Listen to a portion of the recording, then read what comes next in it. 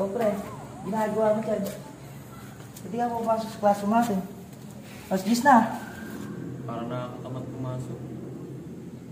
Lumabas na lang tayo. Libre kita. Kaya ka na naman eh.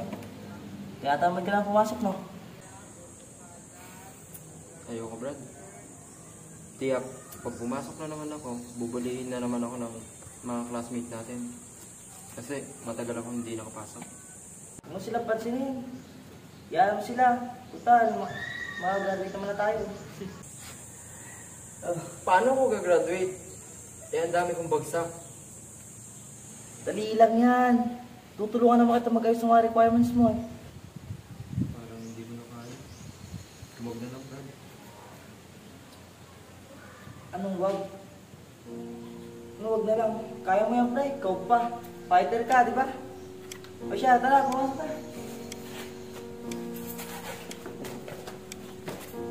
Ayun, pumasok eh.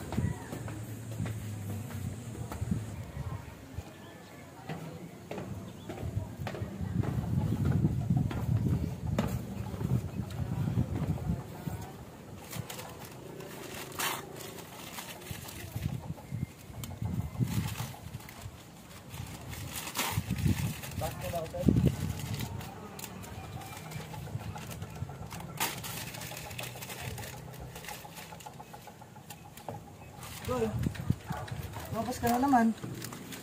Binabala ka na naman, oh. Nakakaantok sa loob eh. Hindi ko alam yung lesson. Sumasakit tuloy yung ulo ko. Lah, bakit naman? Basta, hindi yata talaga para sa pag-aaral yung utak ko. Parang gusto ko na talaga huminto, pre. Sayang naman, pre. Sayang naman, hihinto ka pa. Tuloy mo na pag-aaral mo, pre.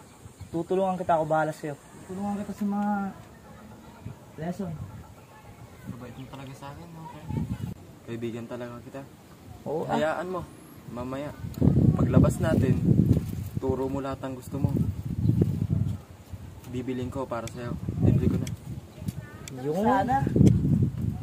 Pre. Uy! Uy! Uy! Tara, pasok na tayo.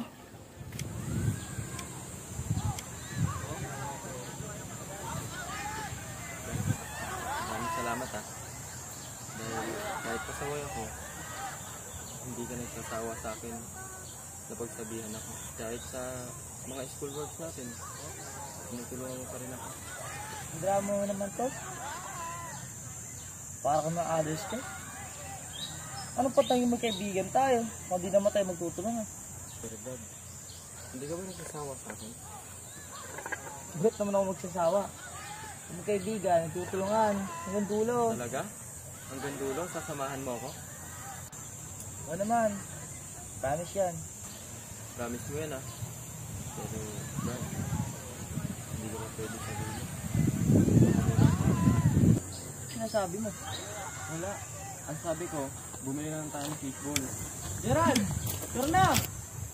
Yan na! Wala. Asa na kaya yun? Saan ang tao yun? Wala naman. Oh, JP, hatayin mo ako.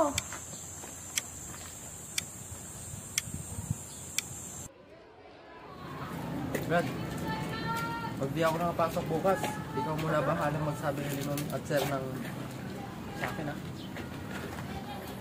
Bakit? Saan na nga pupunta? Sasama ko kila Uncle.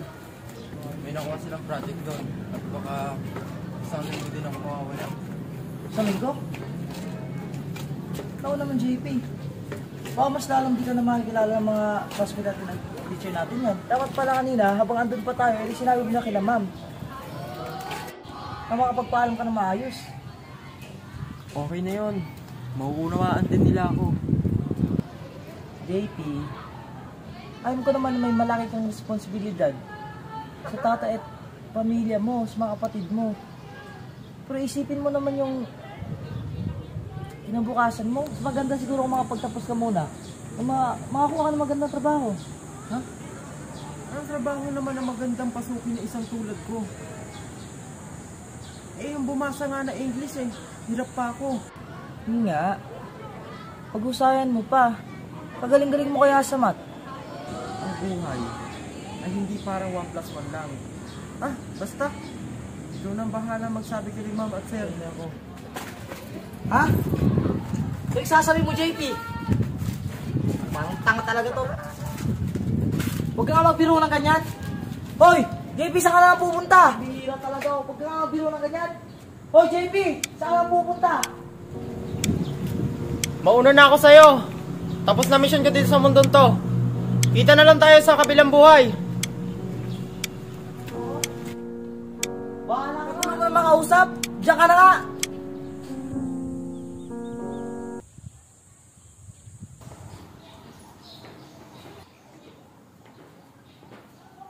Ikaw ba si Gerald? Oo nga po, sino po sila?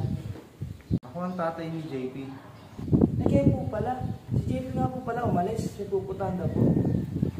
Kasama mo ang anak ko kanina? Opo, kakulit nga po nun eh. Ayaw po mag-aral.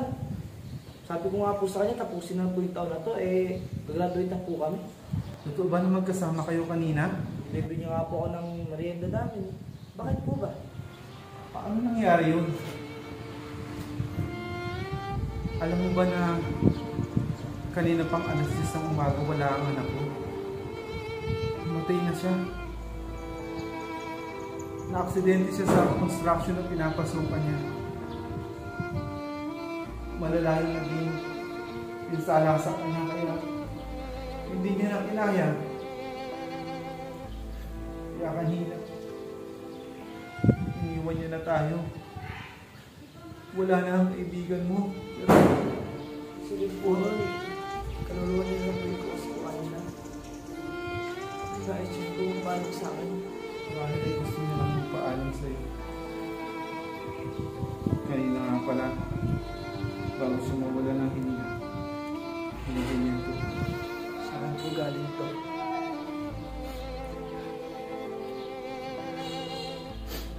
Ito po yung binigay ko sa kanya.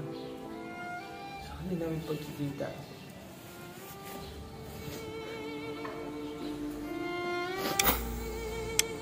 Oh, JP, ginagawa mo dyan. Mga oras na. Nasa labas ka pa ng klaso, artista. Oo, kaya mo sila. Ano? Ano ko? Ikaw na, ginawa yata din na tayo. Sayang naman, Sira na yata yung Nagigil ka ulo. na.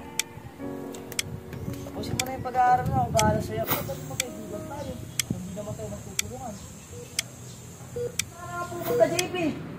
Mauna na ako sa'yo.